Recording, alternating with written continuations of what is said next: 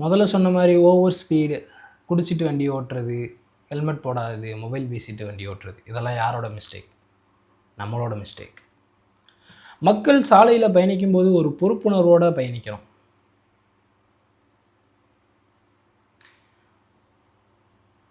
இப்போ நீங்கள் சாலையில் பயணிக்கிங்க, ஹெல்மெட் போடாமல் போய் ஒரு அசம்பாவிதம் ஏற்படுது, ஃபோன் பேசிட்டு வண்டி ஓட்டி போய் ஒரு அசம்பாவிதம் ஏற்படுது, குடிச்சிட்டு வண்டி ஓட்டிகிட்டு போய் ஒரு அசம்பாவிதம் ஏற்படுது. இந்த அசம்பாவிதத்தில் உங்களோட உயிர் பறி போச்சுன்னா நீங்கள் ஈஸியாக செத்துட்டு போயிடுவீங்க. உங்களை 20 வருஷம் கஷ்டப்பட்டு வளர்த்த உங்கள் அப்பா அம்மாவை அம்போன்னு விட்டுட்டு போகிறீங்க. உங்கள் பிள்ளைங்களை அனாதையாக்கிட்டு போகிறீங்க. உங்களை நம்பி வந்தவளை விதவையாக்கிட்டு போகிறீங்க. நீங்கள் ஈஸியாக செத்துட்டு போயிடுவீங்க. நீங்கள் செத்ததுக்கு பிறகு உங்கள் குடும்பம் நடுத்தெருவில் நிற்கும்.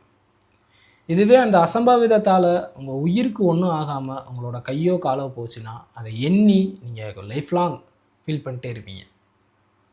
ஐயோ பையா போயிருக்கலாமே, ஐயோ ஹெல்மெட் போட்டு போயிருக்கலாமே, ஐயோ குடிக்காமல் வண்டி ஓட்டியிருக்கலாமேன்னு நீங்கள் ஃபீல் பண்ணி,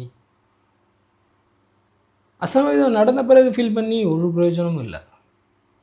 ஸோ சொல்கிறேன், வண்டியில் போகிறவங்களாலும் சரி, எதுக்கு வர்றவங்களாலும் சரி, ஒரு பொறுப்புணர்வோடு வண்டியில் சாலையில் பயணித்தாலே பாதிக்கு பாதி ஆக்சிடெண்ட்ஸை நம்மளால் குறைக்க முடியும்.